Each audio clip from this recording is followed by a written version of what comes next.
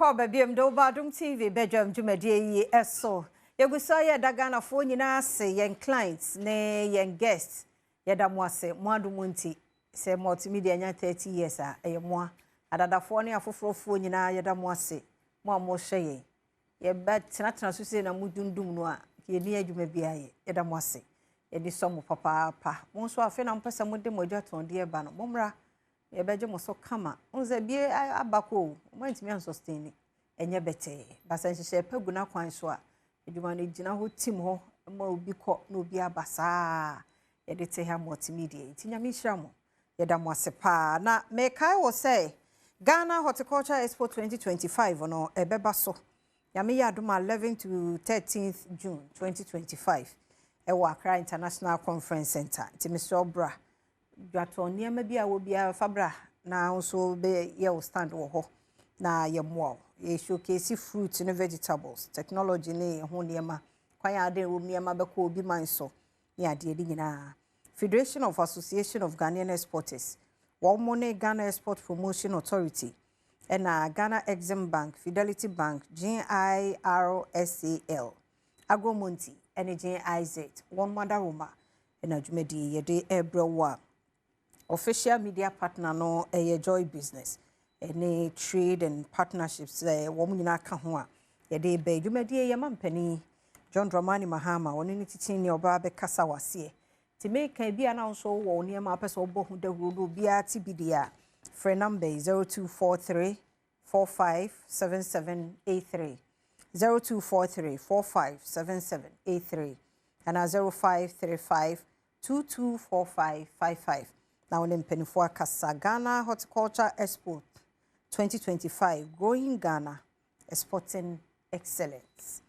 And I'll pay the minchemu ha ye fe pa orange ni su kama fe ni no ye Exodus group of companies and abaha oni ye ba bedi nkomo oni ma wo mo na so watie bi me wo Napoleon Badu awo ye general manager e wo ha me wo Ura James awote awo ye general service manager e wo ha and obaba ko Abigail Mensa marketing manager ndi udum se adwuma no one more ejina wona so na menya omo ha anope ye ne won ba bedi nkomo penfo me mo akwa be na bia boko de adwuma mu koye bia me hwemo am hu se bibie koye abisi perfect ti de nyame ase na mu free abeko so na ye double perfect bibia be kama ye ka Exodus groups of company me free general manager hoy adaroma adwuma ku be ya okay me da se we de nchia koma etiefo nyina juma ade back potin aye ne se ye bibidro ne ye na bibidro no so aye no ade a aye natural ye mfahwe emfrem ye ade na nkasa senia ewo se ade no esi beboa Ghana fo nyina nti Exodus de senia Bible kwa kan say about Exodus the departure ne de we also won say and that form Exodus di jina homa de papa enti Exodus kaka metimi aka afa ho no ne memra marketing manager so na your products be ne niema be na mo your Exodus dandelion capsules any moringa capsules okay any new products are Exodus breakfast for you one no form ba your breakfast Exodus for you breakfast a new product I am for very nice very healthy and very nutritious one say a journey draw okay we did now nya pomodi ntia no dey na wo mu brown rice your moringa your dandelion and your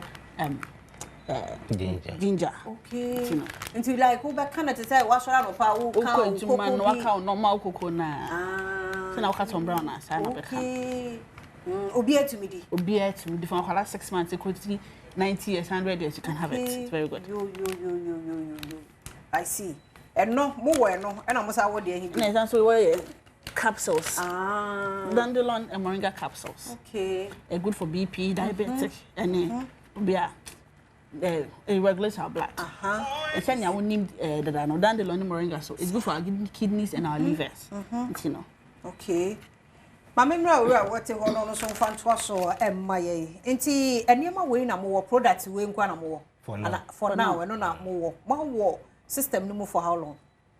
We about system ache. Okay. Na business net to say.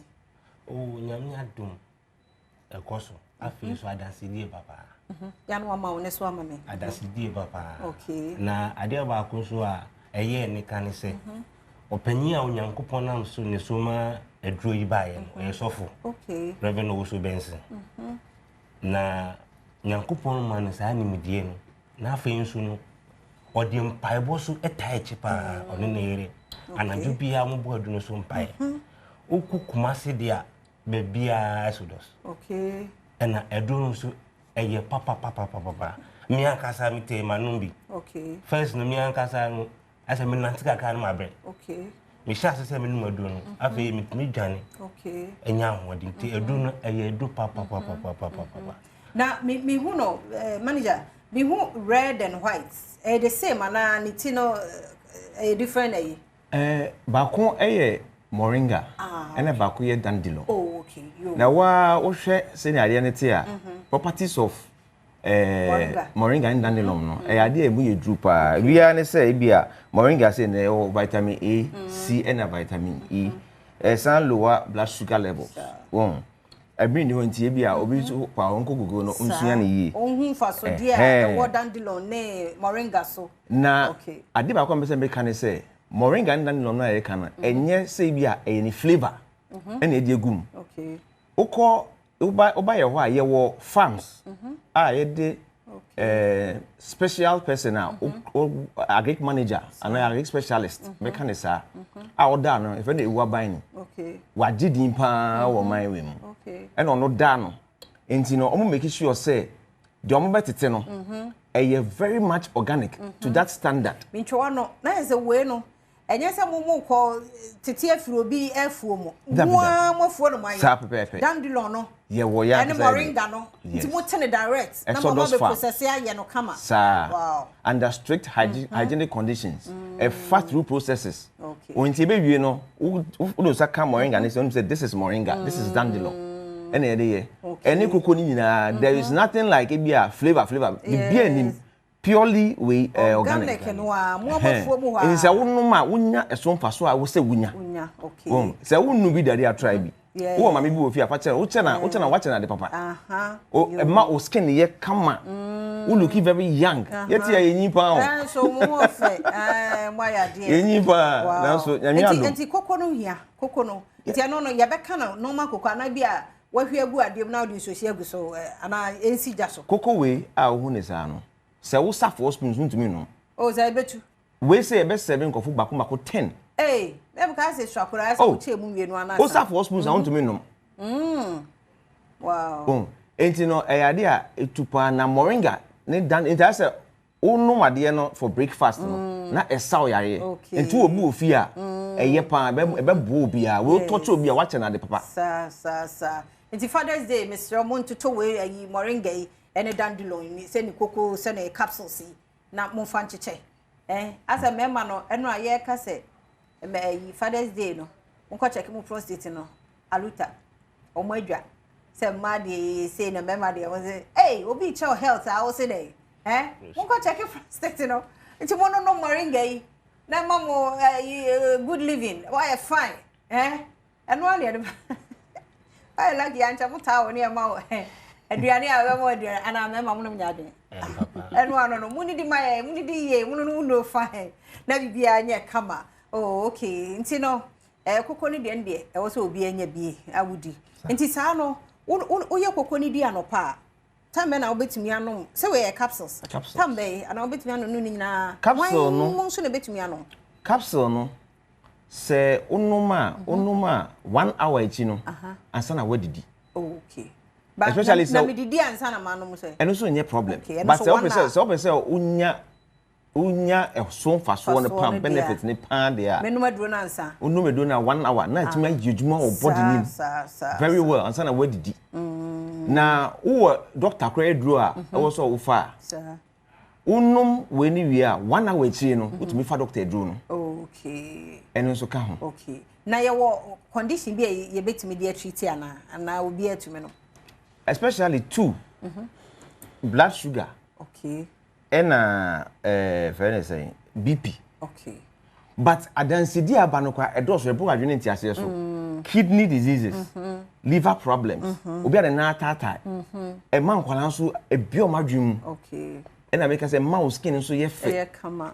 Yari bia woni padwem after me fight it. Okay. Good immune system booster. I don't know. Okay. Now, into where no, what is sugar no more begumana? Oh, yes. Ah, okay. On say the way I hear into me can say be a obe dinner sa. So what challenges or sanyama wo hu dia obi to me abstain. So what sweet na name in an idea honey beer which me you see but say any challenge there and they fa edo. Sister ede papa. Obi be ka so obi say obi frɛ so or say they say utumi nom say twa so kwa wonte. Wow. Oh, come on. Me amigidi. Bombo dia na konye bi. E mate ye be edi. Be me na my location no he na ye hwehwe Exodus. Aye, okay. Pacho say ope Exodus capsules ah. E wo asiama no Equus Pharmacy. Okay. Obatamaso a Little George ene Nana Boache. Okay. Accra Okanshi Drug Lane. Tina tete ba shop bia wo Ghana bia benye bi wo ho. Okay. Ukosunya ne so Green Light Pharmacy. And now Okota Krade so Nimdie Pharmacy. And then Chris is the answer pharmacy. Okay. Oba Kumasi so Freddie Mans, Misty Herbal, and Nicolinak Pharmacy. Uko Ankasima Jeff Herbal. Uko Kofodia Gabson Pharmacy. Ubenye bi wo ho. Tamaleso Obuase Pharmacy. And Mankasim Isaac Pharmacy ne Hillside Pharmacy. Okay. My contact ne papa. Se mu pebia, mu frɛ 054 344 7033. Mekanso aboso bi 054 344 7033. And that's 0244 162307. The number no was screen as say odaroma frɛ ebi ano akeka location okra for ni so o de ofrɛ wo ma o metro say de obedi no ne say de obenom no ani ba bia eye moringa Exodus for products you benya bi e de free me anyi mo final waiting free hoy. Oh, okay. A drone, they can say, Yarikura, Ubetimiano. Sir. Yarikura. In a capsule, I don't know pay you any man as I anopa. Okay. Anopano, Ubenum, Dandelion, me, and more than me. Oh, okay. Area, any anyway. A drew, come out to Naunuma, Unuda. Okay. Nancy, me and cousin Gofosi, my ekasi.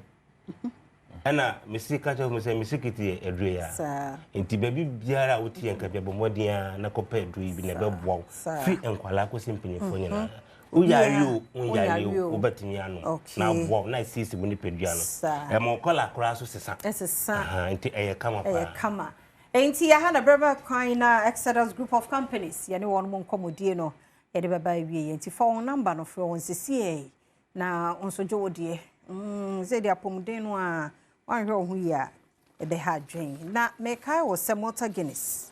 We move. Pokojo de anum sisi e ya chele ni say fine. Water Guinness kwa say chele kwa ultime no. Ti ano pay say opebi onya moti bi ayi. Meat pie aka ho. Thomas ona akure. The Thomas Square minimum na yeka say. Muni di hihye fine. Nya water Guinness. Na difference ni ye clear. Malt na doso. Okona also open water Guinness a hu se lebo na ho no yellow na no den akokosra de na ehye mo no paper net a ho no ene ya tro ho proudly made in Ghana eno na water Guinness no original no e B vitamins no wo mu ti onu ma hu se ye nipadua ni ye ma wo like we heavy ti se de wo didi water Guinness remove yabusua ni adofo edi wa woda ene die mu Exodus for mu fanchema mu ntwa ni wi ade nyina yekọ enti yemfa yem birthday celebrant yi Enfem, happy birthday, Koma Adepa. Adepa unkwaso. Unyame entine ni munchiro no onyo kesie.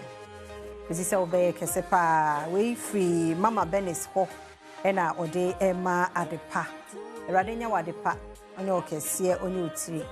Ti happy birthday enko Emma. Happy birthday Koma Apostle Eric Kwabna Chedie. Apostle Eric Kwabna Chedie. Okay, nti yebekwa saba so atiase me say birthday no. I was say timide pictures na tutu ho yema. Yekwa ba yeba yebetwa so.